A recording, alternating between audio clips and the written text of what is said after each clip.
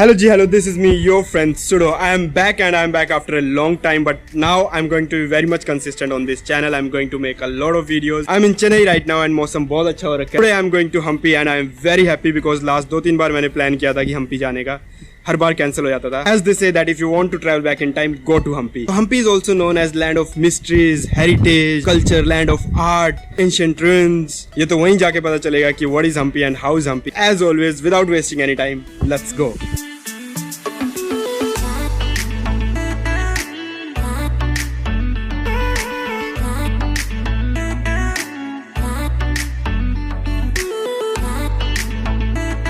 Right now I'm in Kamalapur and Kamalapur is like 4 to 5 kilometers from Hampi.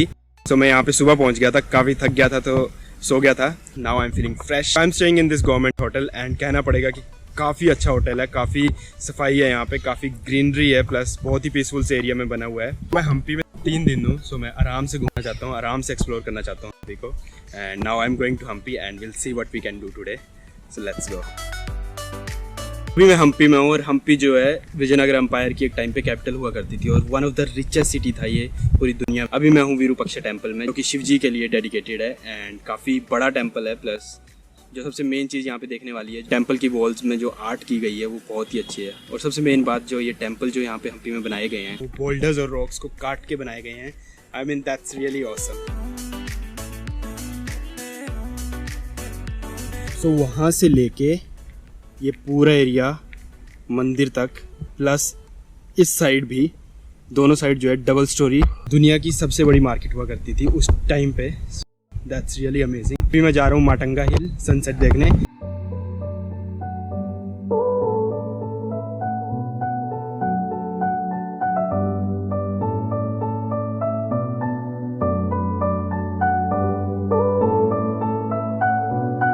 Good morning, day 2 in Hampi and breakfast हो गया है. मैंने hotel में ही breakfast किया है. So now I am going towards Vittala temple. It's going to be a long day, so stay with मी.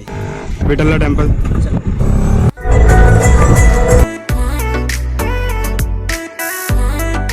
अगर आप main entrance से शटल में आते हो मंदिर तक तो आप ये सब चीज़ें जो है मिस कर दोगे, बिकॉज शटल सीधी चल जाती है. तो इसे 1 किलोमीटर में काफ़ी कुछ देखने के लिए बोल्डर्स हैं, फिर ये पुरानी मार्केट हुआ करती थी वो है, and it's really good.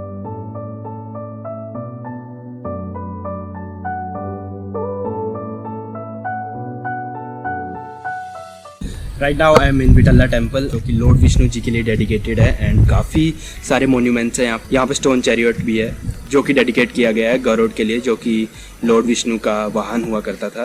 And आपने इसको हमारे नए 50 रुपीज़ के नोट में भी देखा होगा, स्टोन चैरियट को.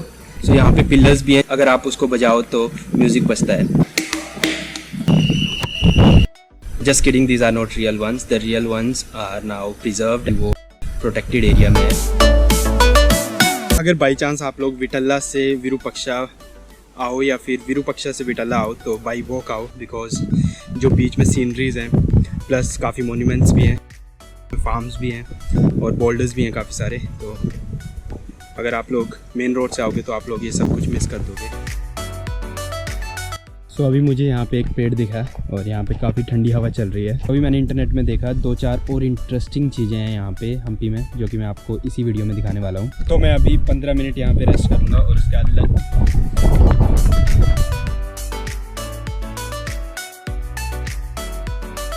गर्मी बहुत ज़्यादा हो गई है, सो लंच हो गया और अब मैं दिखाने वाला हूँ आपको बहुत ज़्यादा interesting places. So I am going there now.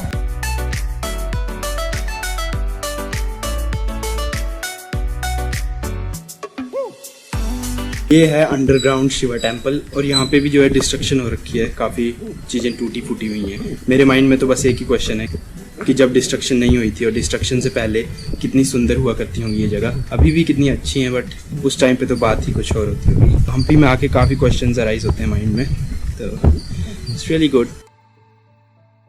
ये रानी के महल का बेसमेंट है. सोचो एक टाइम पे डिस्ट्रक्शन से पहले कितना बड़ा महल हुआ करता होगा, अभी सिर्फ बेसमेंट है.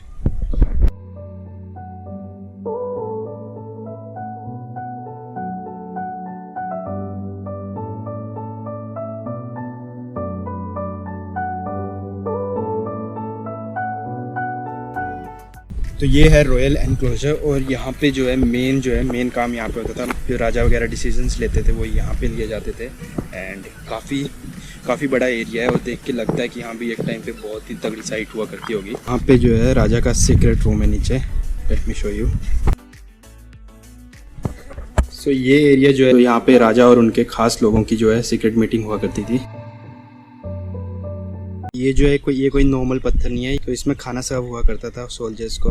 यू कैन सी डिस्ट्रक्शन के बाद काफ़ी कुछ बचा नहीं है, पब्लिक बाथ एरिया है वो बचा है। वहाँ पे देखने वाली चीज़ है कैसे पानी जो है फ्लो करके कैसे पब्लिक बाथ एरिया तक पहुँचता था। That's it from my side and please do let me know how was the video। अगर अच्छी लगी हो प्लीज़ कमेंट बिलो, अगर अच्छी नहीं लगी हो प्लीज़ टेल मी कि मुझे कहाँ पे इम्प्रूव करना चाहिए। If I have missed something about Hampi and that you want to share with everyone, please comment below। I'll make another video about the other side of the Hampi। Till then you all keep smiling, keep traveling, spread peace and stay Hampi।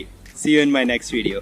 If you have any questions regarding Hampi or anything, comment below and I'll get back to you। Or you can follow me on Instagram @socialsudo। I'm very much active there। So what I will do is I will write everything in the description, like how to reach Hampi, where to stay, what to do, and what are the places that you must visit। I'll write everything in the description। I'll also give you some hacks, so check out the description। Till then, bye bye।